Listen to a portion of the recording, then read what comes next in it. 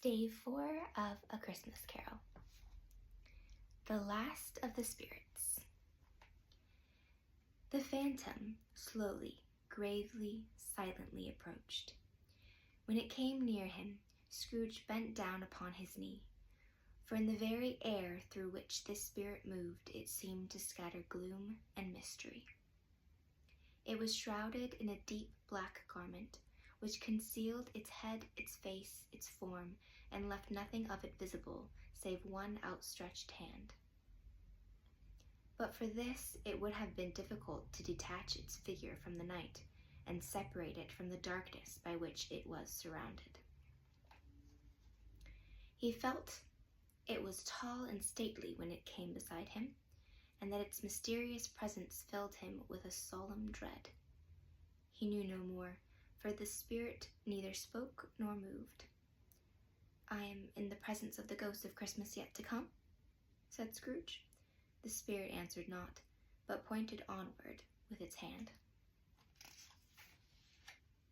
"You are about to show me shadows of the things that have not happened, but will happen in the time before us," Scrooge pursued. "Is that so, spirit?" The upper portion of the garment was contracted for an instant in its folds, as if the spirit had inclined its head. That was the only answer he received. Although well used to ghostly company by this time, Scrooge feared the silent shape so much that his legs trembled beneath him, and he found that he could hardly stand when he prepared to follow it. The spirit paused a moment, and observing his condition and giving him time to recover. But Scrooge was all the worse for this.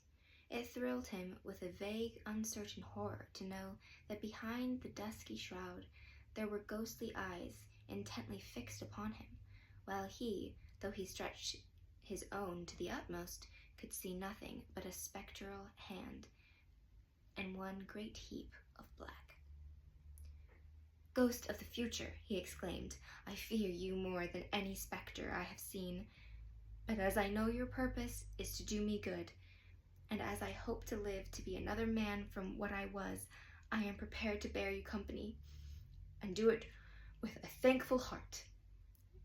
Will you not speak to me?" It gave him no answer. The hand was pointed straight before them.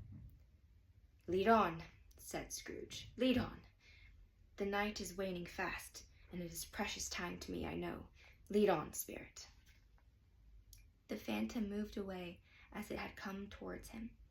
Scrooge followed in the shadow of its dress, which bore him up, he thought, and carried him along. They scarcely seemed to enter the city, for the city rather seemed to spring up about them and encompass them of its own act. But there they were in the heart of it, on 'change amongst the merchants, who hurried up and down, and chinked the money in their pockets, and conversed in groups, and looked at their watches, and trifled thoughtfully with their great gold seals, and so forth, as Scrooge had seen them often. The spirit stopped beside one little knot of businessmen. Observing that the hand was pointed to them, Scrooge advanced to listen to their talk. "No," said a great fat man with a monstrous chin. "I don't know much about it either way. I only know he's dead." "When did he die?" inquired another. "Last night, I believe." "Why, what was the matter with him?" asked a third, taking a vast quantity of snuff out of a very large snuff-box. "I thought he'd never die." "God knows," said the first with a yawn.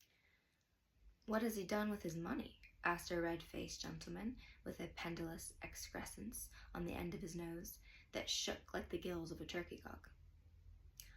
"I haven't heard," said the man with the large chin, yawning again. "Left it to his company, perhaps." "He hasn't left it to me, that's all I know." This pleasantry was received with a general laugh. "It's likely to be a very cheap funeral," said the same speaker, "for upon my life I don't know anybody to go to it. Suppose we make a party and volunteer?" "I don't mind going if a lunch is provided. observed the gentleman with the excrescence on his nose. "But I must be fed if I make one." Another laugh. "Well, I am the most disinterested among you, after all," said the first speaker, "for I never wear black gloves and I never eat lunch. But I'll offer to go, if anybody else will. When I come to think of it, I'm not at all sure if I wasn't his most particular friend, for we used to stop and speak when we met. Bye-bye." Speakers and listeners strolled away and mixed with other groups. Scrooge knew the men and looked toward the spirit for an explanation. The phantom glided on into a street. Its finger pointed to two persons meeting. Scrooge listened again, thinking that the explanation might lie here. He knew these men also perfectly. They were gentlemen of business, very wealthy and of great importance. He had made a point always of standing well in their esteem. In a business point of view, that is. Strictly in a business point of view. "How are you?" said one. "How are you?" returned the other. "Well," said the first, "Old Scratch has got his own at last, eh?" "So I'm told," returned the second. "Cold, isn't it?" "Seasonable for Christmas time. You're not a skater, I suppose?" No. Something else to think of. Good morning." Not another word. That was their meeting, their conversation, and their parting. Scrooge was at first inclined to be surprised that the spirit should attach importance to conversations apparently so trivial, but feeling assured that they must have some hidden purpose, he set himself to consider what it was likely to be. They could scarcely be supposed to have any bearing on the death of Jacob, his old partner, for that was past, and this ghost province was the future. Nor could he think of any one immediately connected with himself to whom he could apply them, but nothing doubting that to whomsoever they applied, they had some latent moral for his own improvement. He resolved to treasure up every word he heard, and everything he saw, and especially to observe the shadow of himself when it appeared. For he had an expectation that the conduct of his future self would give him the clue he missed, and would render the solution of these riddles easy. He looked about in every place for his own image, but another man stood in his accustomed corner, and though the clock pointed to his usual time of day for being there, he saw no likeness of himself among the multitudes that poured in through the porch. It gave him little surprise, however, for he had been revolving in his mind a change of life, and thought and hoped he saw his new-born resolutions carried out in this. Quiet and dark beside him stood the phantom, with its outstretched hand.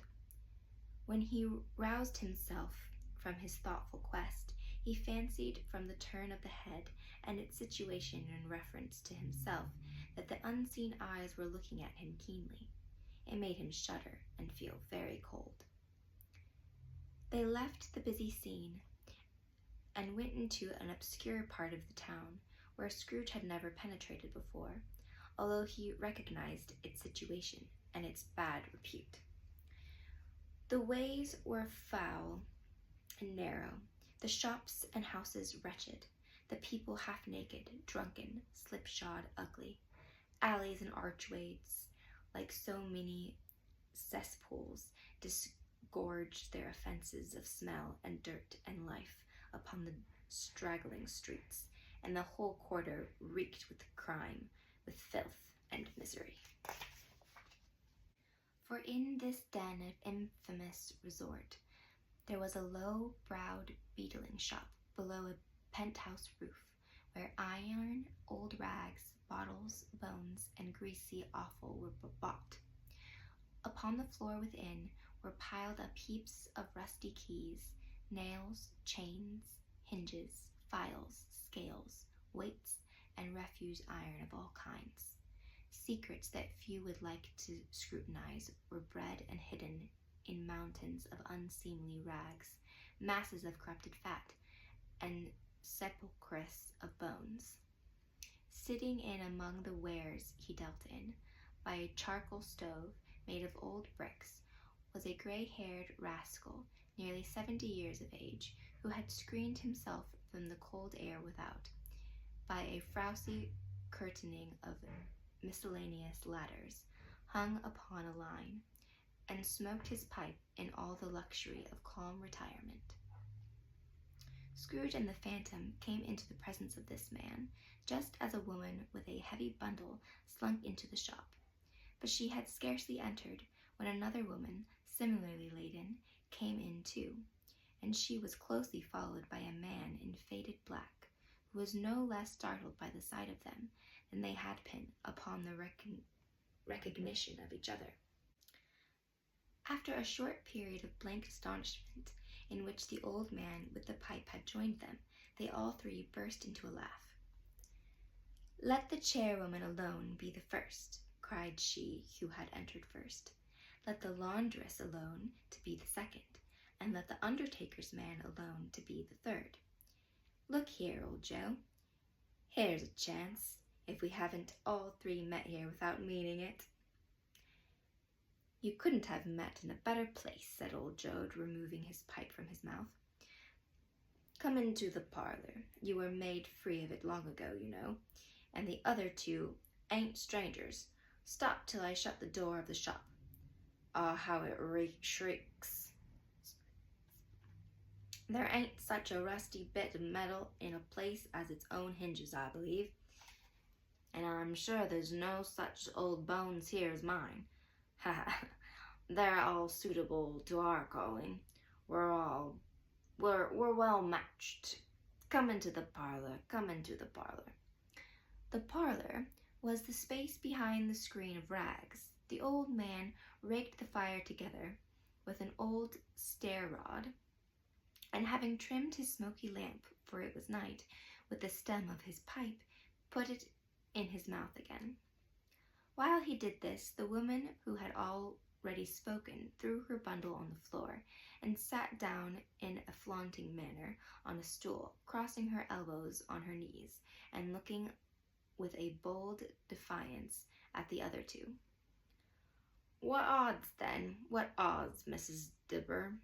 said the woman. "Every person has a right to take care of themselves. He always did." "That's true indeed," said the laundress. "No man more so." "Why, then, don't stand staring as if you was afraid, woman.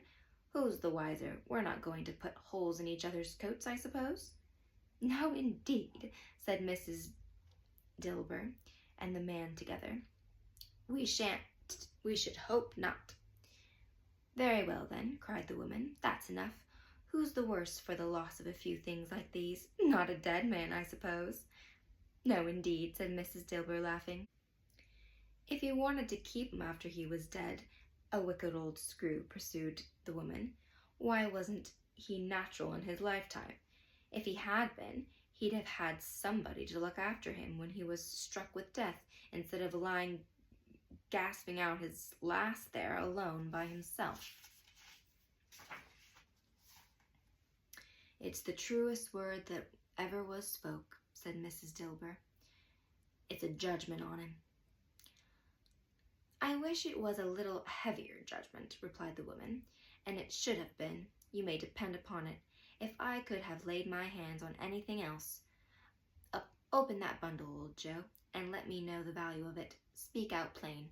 I'm not afraid to be the first, nor afraid for them to see it.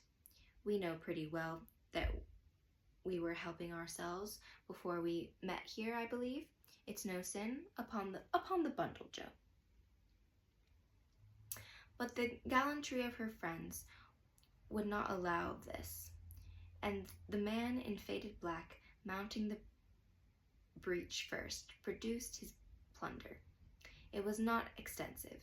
A seal or two, a pencil case, a pair of sleeve buttons, and a brooch of no great value were all. They were severely examined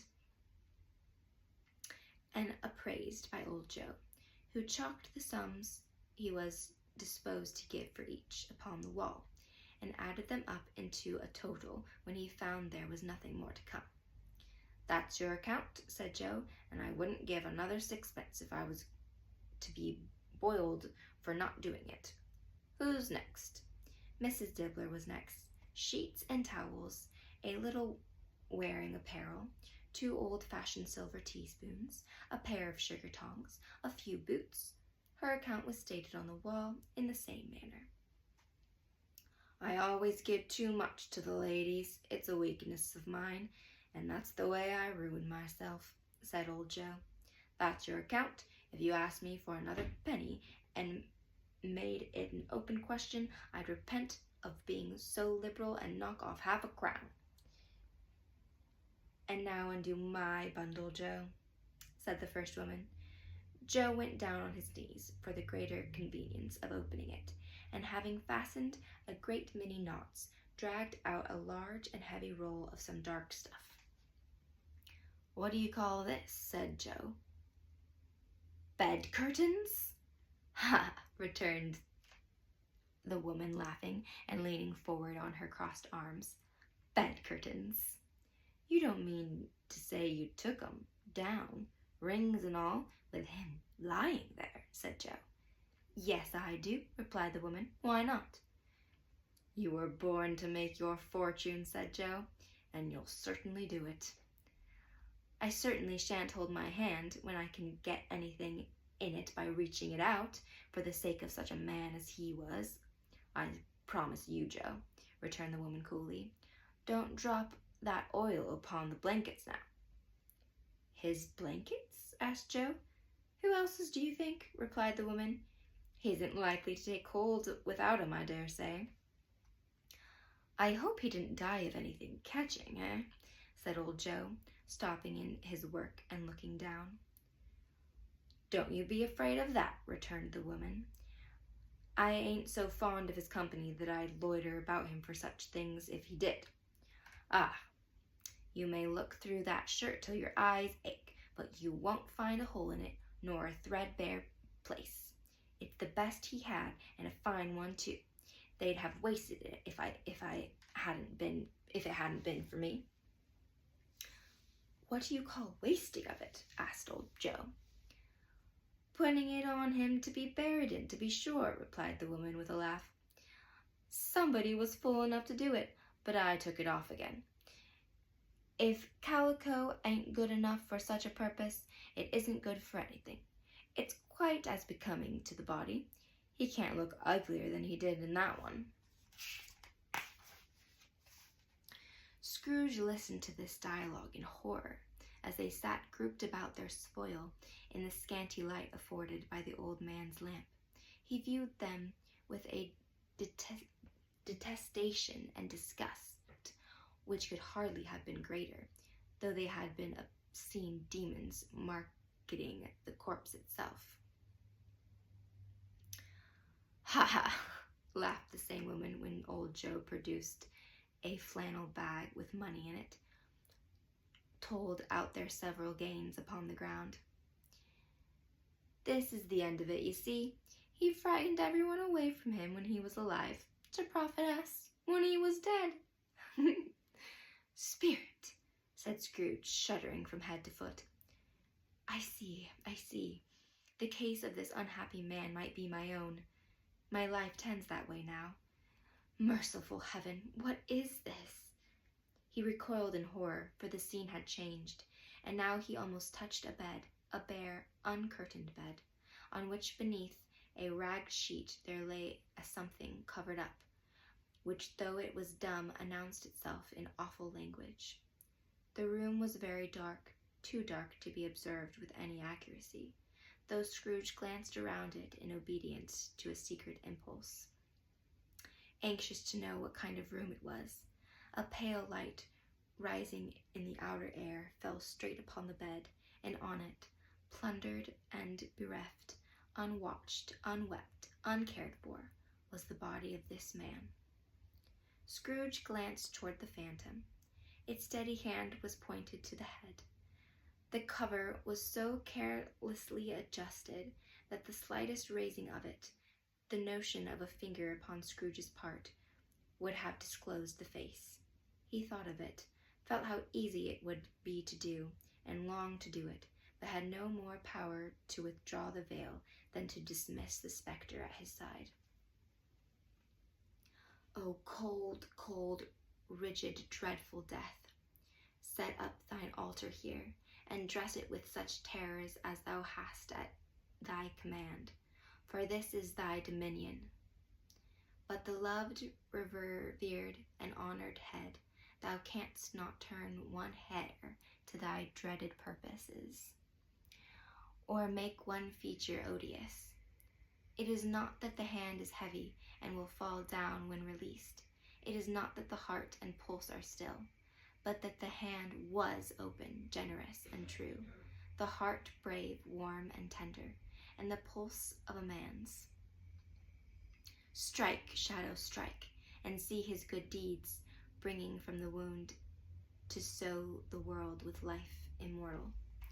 No voice pronounced these words in Scrooge's ears, and yet he heard them when he looked upon the bed.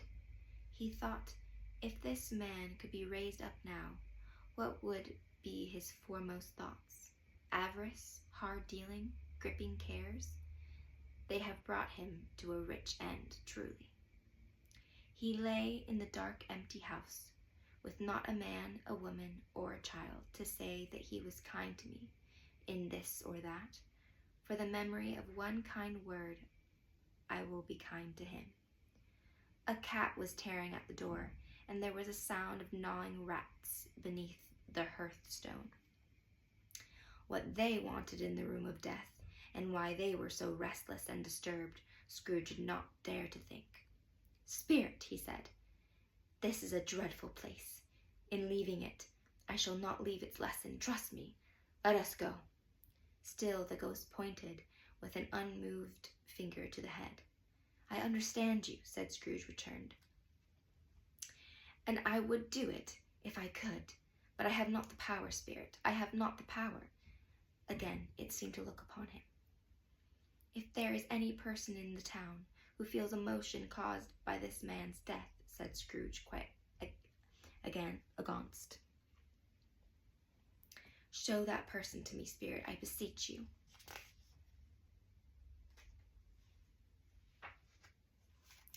The phantom spread its dark robe before him for a moment, like a wing, and withdrawing it revealed a room by daylight, where a mother and her children were. She was expecting someone, and with anxious eagerness, for she walked up and down the room, starting at every sound, looking out from the window, glanced at the clock, tried, but in vain, to work with her needle, and could hardly bear the voices of the children in their play. At length the long-expected knock was heard. She hurried to the door and met her husband, a man whose face was careworn and depressed, though he was young. There was a remarkable expression in it now, a kind of serious delight of which he felt ashamed and which he struggled to repress. He sat down to the dinner that had been hoarded for him by the fire, and when she asked him faintly what news, which was not until after a long silence, he appeared embarrassed how to answer. Is it good, she said, or bad? To help him.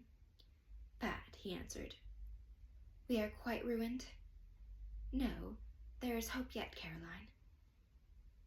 If he relents, she said, amazed, there is. Nothing is past hope if such a miracle has happened. He is past relenting, said her husband. He is dead. She was a mild and patient creature, if her face spoke truth, but she was thankful in her soul to hear it, and she said so, with clasped hands. She prayed forgiveness the next moment, and was sorry, but the first was the emotion of her heart. What the half-drunken woman whom I told you of last night said to me when I tried to see him and obtain a week's delay, and what I thought was a mere excuse to avoid me, turns out to have been quite true. He was not only very ill, but dying then. To whom will our debt be transferred?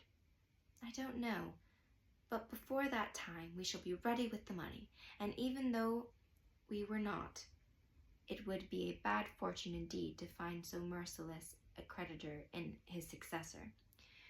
We may sleep tonight with light hearts, Caroline. Yes. Soften it as they would, their hearts were lighter. The children's faces hushed and clustered round to hear what they so little understood were brighter, and it was a happier house for this man's death. The only emotion that the ghost could show him, caused by the event, was one of pleasure. Let me see some tenderness connected with a death, said Scrooge, or that dark chamber spirit which we left just now will be forever present to me. The ghost conducted him through several streets familiar to his feet, and as they went along, Scrooge looked here and there to find himself, but nowhere was he to be seen. They entered poor Bob Cratchit's house, the dwelling he had visited before, and found the mother and the children seated round the fire. Quiet, very quiet. The noisy little Cratchits were as still as statues in one corner, and sat looking up at Peter, who had a book before him. The mother and her daughters were engaged in sewing, but surely they were very quiet.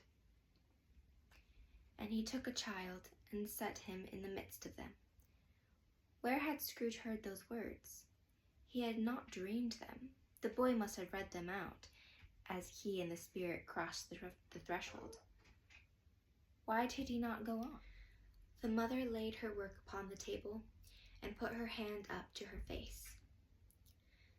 The color hurts my eyes, she said. The color? Ah, poor Tiny Tim. They're better now again, said Cratchit's wife. It makes them weak by candlelight, and I wouldn't show weak eyes to your father when he comes home for the world. It must be near his time. Past it, rather, Peter answered, shutting up his book. But I think he has walked a little slower than he used these few last evenings, Mother. They were very quiet again.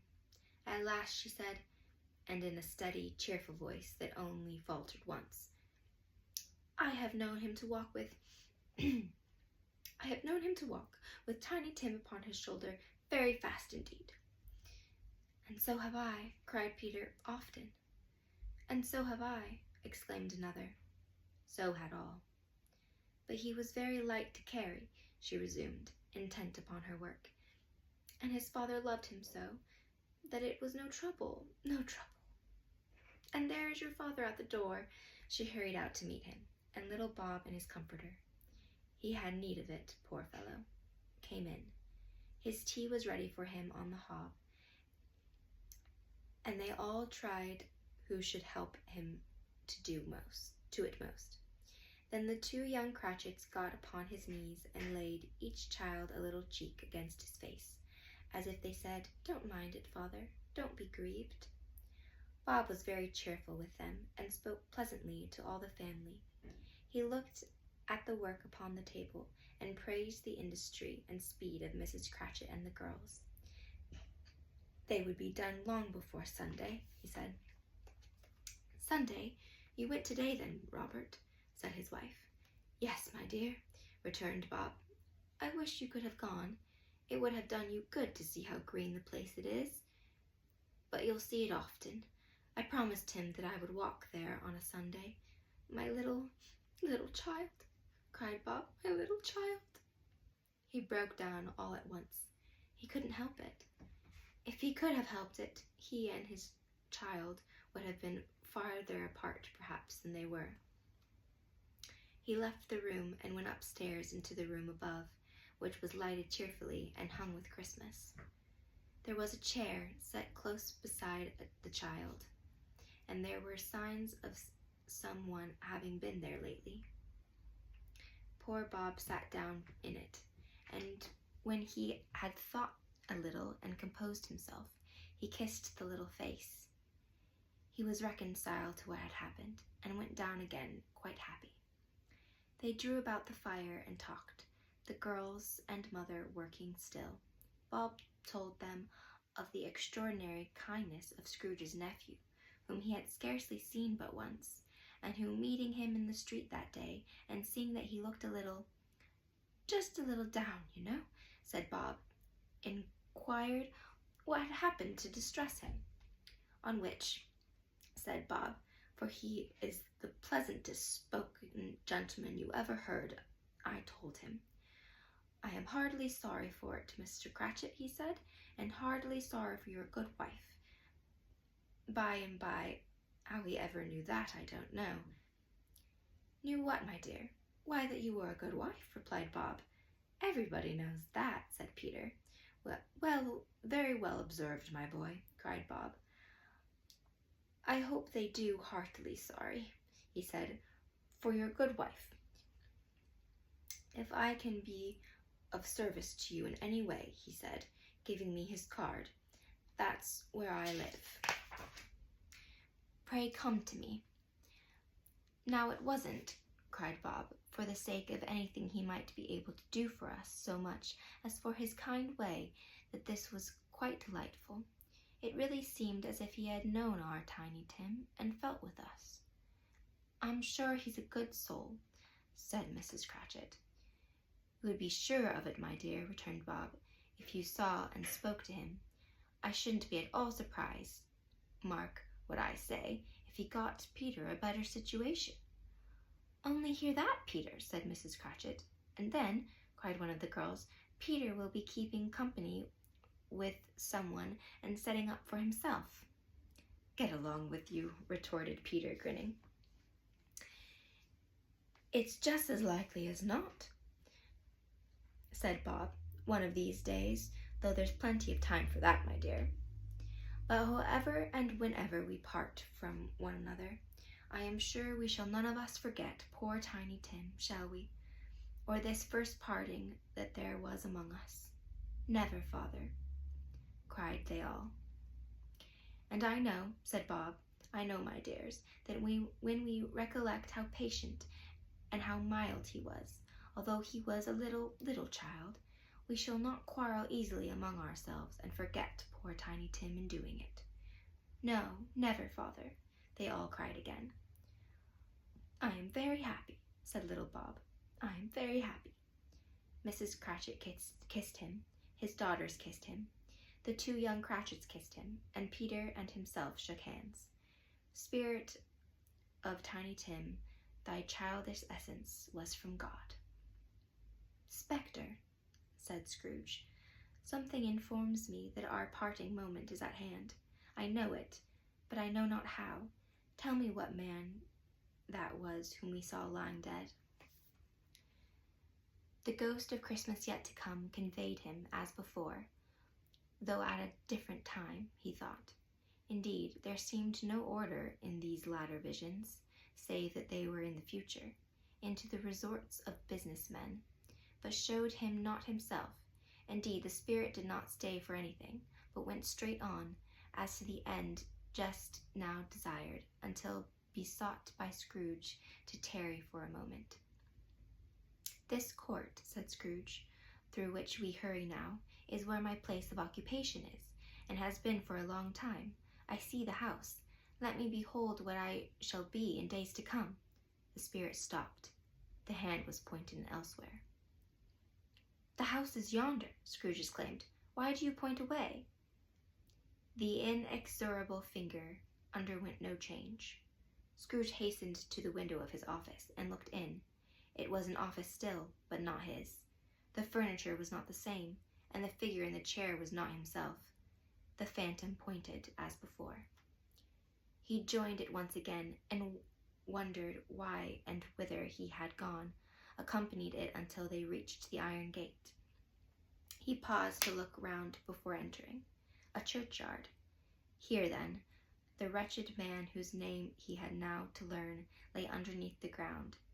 It was a worthy place, walled in by houses, overrun by grass and weeds, the growth of vegetation's death, not life, choked up with too much bearing fat with a pleated appetite, a worthy place.